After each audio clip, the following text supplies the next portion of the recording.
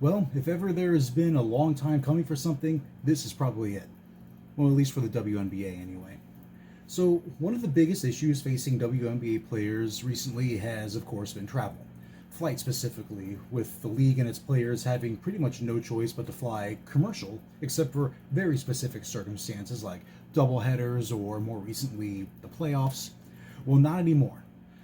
Charter flights are finally coming, something players and fans have been practically shouting from the rooftops for years.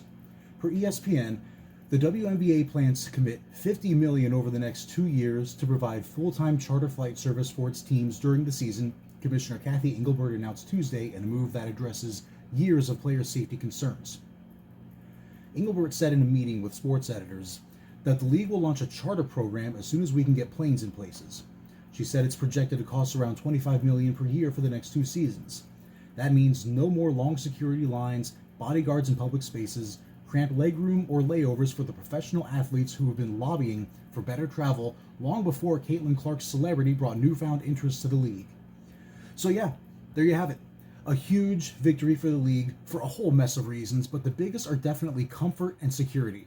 Remember a week ago when that creepy weirdo was following Caitlin Clark around the airport? Or last year when some douchebag was harassing Brittany Griner right after coming home after being wrongfully imprisoned in Russia? By the way, Brittany Griner did nothing wrong. If you don't like it, cry me a river. Not to mention the travel nightmares that teams have been facing for years anyway. And it's not that the Clark effect is the sole reason this is finally happening, but it definitely helps. The WNBA has literally never been more popular. With increased viewership comes increased ratings, which brings more sponsorship opportunities, not to mention the need for bigger arenas. Like a couple of days ago, the Los Angeles Sparks had to move their first preseason game against the Indiana Caitlin Clarks from the campus of Long Beach State to Crypto.com Arena because of the increased ticket demand. But I'm getting a little bit off topic there.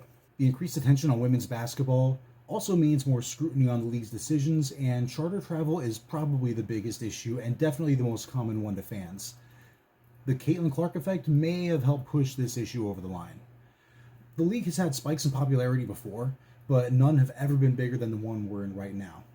And for those of you whining about how the league is going to pay for it, well, the WNBA already announced plans to pay for charter flights for the playoffs this year, as well as for back-to-back games during the season. The league introduced that program last year, actually, spending about $4 million on charter flights. Excuse me. Engelbert said at the time that the league needed to be in the right financial position to charter flights full-time. And Kathy Engelbert was an accountant before being named league commissioner. If she's not absolutely sure that something won't negatively impact the league, I don't think she's going to support it.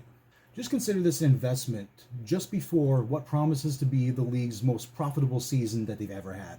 The Clark effect has already been felt in airports, outside of airports, social media, ticket sales, merchandise sales, preseason game viewership. You name the area, people are getting more involved than ever before. This league needs to stay on top of protecting their players. Which brings me to the comfort issue that I mentioned earlier. Long-ass layovers, delays, cramped space on commercial flights, doing that for 5 months straight can really take a toll that athletes in other leagues just don't face. Not that I'm one to draw comparisons to the NBA, but if somebody like Jason Tatum or James Harden were live tweeting a 12-hour long delay at a cramped airport like that one WNBA player did a few years ago, I don't remember who it was, so please forgive me for that. Rest assured the casual fan would not have reacted in the same way. This is also a huge win for the players to address it without the need to bargain for it during the next collective bargaining agreement negotiations. In ESPN's WNBA player survey last year, over half the players polled stated that travel was the top issue facing the league at that moment. So when the chartering issue is finally taken care of, players will actually have more time and space to fight for other much needed things, like roster expansion or even league expansion.